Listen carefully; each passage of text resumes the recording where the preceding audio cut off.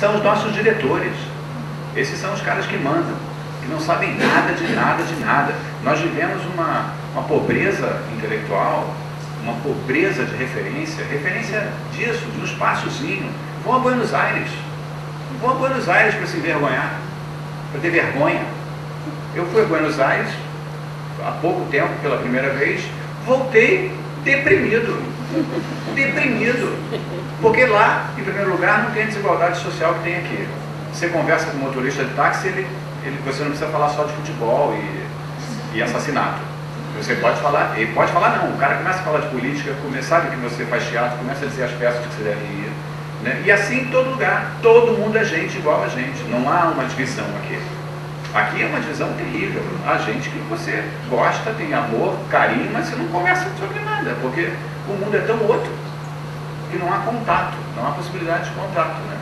E essa é uma realidade nossa, gente. Ou a gente viaja, olha, observa, vê peça, vê espaço, entende o que está acontecendo com a gente e tem, através desse conhecimento, a possibilidade de ação no mundo, de mudar esse mundo, ou a gente vai ficar dizendo amém para esse crítico com o qual eu sonhei.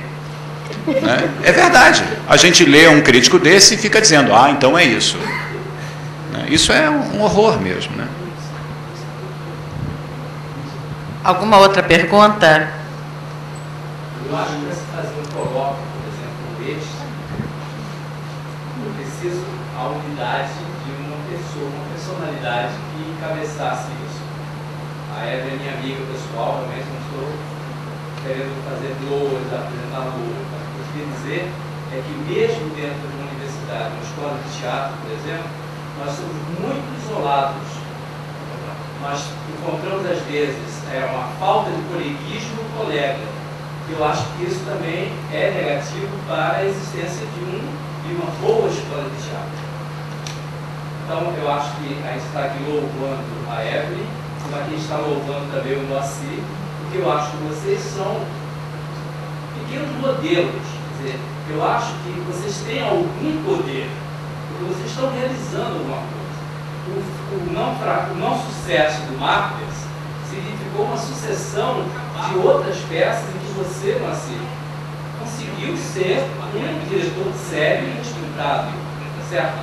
Eu acho que não é a má experiência de uma crítica horrorosa. Tem vários outros espetáculos que foram destruídos pela crítica, isso já não agora.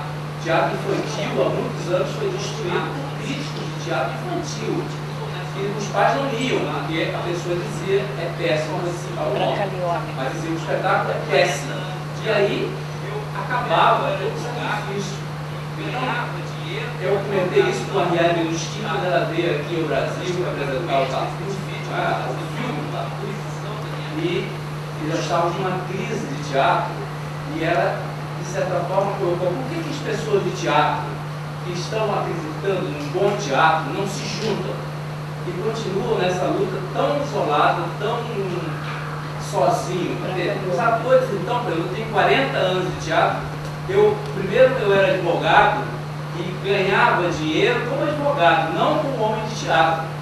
E quando eu estive agora doente recentemente, eu fui fazer uma revisão da minha vida e descobri que eu não ganhei dinheiro em nenhuma peça que eu fiz em tantos anos de carreira. Mas tudo bem.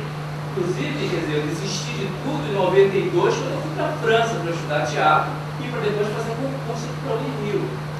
Antes nós tínhamos um grupo que foi muito bem recebido, mas nós brigamos dentro do grupo e acabou. Eu fui para a França, tratar da minha vida, os colegas estão aí. Até hoje estamos reagindo. Eu pergunto aqui, eu acho que o sucesso do Marcos não vai existir se ele tiver um mínimo de senso crítico por causa desta crítica. Entende? Eu acho que é isso, entende? Eu queria ficar um pouco indignado. Não, o Macbeth foi o maior sucesso. Eu quero dizer, ele cumpriu a função dele. A gente teve bastante público, a gente teve troca com os espectadores. Ele tinha seus problemas estruturais porque ele nasceu de um projeto de abrir espaço para jovens atores. Eu dei uma oficina e da oficina eu tirei o elenco. Era um projeto bem bacana, financiado pelo Prêmio Mira Muniz, né? Não pela Secretaria de Cultura. falo dessa específica relação com a comunidade e como nós somos influenciados por isso. Como muitas vezes, e isso é mais grave, que na verdade foi o ponto que eu não falei, como nós mesmos nos moldamos a partir de uma opinião maior. Né? A série, tem um amigo que sempre vai ao teatro e vira para a pessoa do lado e pergunta, então o que nós achamos? Né? Essa voz é um pouco que diz o que nós achamos, a ponto de nossos colegas não assistirem determinados espetáculos. E a ponto de, eu, por exemplo, eu tenho vergonha de assistir espetáculo quando a crítica fala bem. Eu tenho vergonha. Quando sai a crítica num dia, nesse dia eu não vou de jeito nenhum. Eu deixo esperar, eu deixo passar pelo menos um mês, assim, para que as pessoas não achem que eu estou indo lá porque a crítica falou bem. Né? E sim porque eu vou ver. Né? Já por outro lado, eu gosto de ir quando fala mal. Né? Assim, para dizer, ó, dane-se. E isso é um horror mesmo, né? Como nós nos moldamos a partir de... Eu tenho tempo de contar outra história? Tenho, né? Tá. Eu fui jurado de um concurso de sketches no Teatro Carlos Gomes para a final. Talvez alguns de vocês tenham assistido. Ganhou um sketch de um cara chamado Alan Castelo, é isso? Alguém conhece ele? Não. Você participou? Acabei contigo, né? E aí, isso já tem uns anos, né? E tinha grana, pagava em dinheirinho, assim, não era muito, mas sei lá, 5 mil pro melhor isso, melhor diretor, melhor espetáculo. E foi uma coisa assim, era em duas partes. Primeiro a gente via tudo no Sérgio Porto, e aí selecionava 10 e apresentava no Carlos Gomes. Quando ia para o Carlos Gomes, esse corpo de 4 jurados, do qual eu já fazia parte, era crescido de mais 6 pessoas. E aí, nesse corpo de 10 jurados, havia eu, Henrique Dias, Miguel Falabella, Sueli Franco, era um monte de gente muito eclético e gente que não tinha nada a ver com nada e que se juntou ali. Esse sketch desse garoto é um sketch muito bonito e muito pouco normal, assim, não tinha uma narrativa, não tinha um enredo, tinha uma projeção dessa coisa de retroprojeção, era muito bonito, mas ele, apesar disso, ele contava a relação dele com a mãe, a morte da mãe, era muito bonito. E esse garoto ganhou o melhor diretor, ganhou o melhor espetáculo. E aí, quando ele ganhou o melhor diretor, ele foi bastante aplaudido. E aí, o último prêmio era o melhor espetáculo. Quando ele ganhou o melhor espetáculo, nós vaiamos, nós jovens, nós garotos, houve uma vaia tremenda no Carlos Gomes. Ridícula. Aí eu vi uma menina, uma atriz, vaiando, que ela tinha ganho o prêmio de melhor atriz, a garota vaiando. E essa menina fazia parte de um grupo do Rodrigo Santana, que depois fez um espetáculo chamado Suburbanos, que está em cartaz até hoje. Eles ganham maior grana, faz o maior sucesso. E o Rodrigo Santana veio para mim, depois desse troço, e falou assim, ela ganhou a melhor atriz, eles ganharam uma menção qualquer. Ele virou e falou assim, olha, eu quero fazer uma peça no Planetário, a partir desse sketch, me dá a pauta. Aí eu virei e falei assim, faça a peça. A peça existe? Não. Então, quando você fizer a peça, eu te dou a pauta. Faz a peça que eu te dou a pauta. Porque o sketch era legal, a peça provavelmente ia ser legal, ele merecia. E aí, tempos depois, ele fez a peça, foi lá, ficou um tempão, batalhou pra caramba, foi abençoado. O crítico do Globo foi, o Jefferson, falou bem e foi abençoado. Aí, a partir dali, eles fazem até hoje a peça.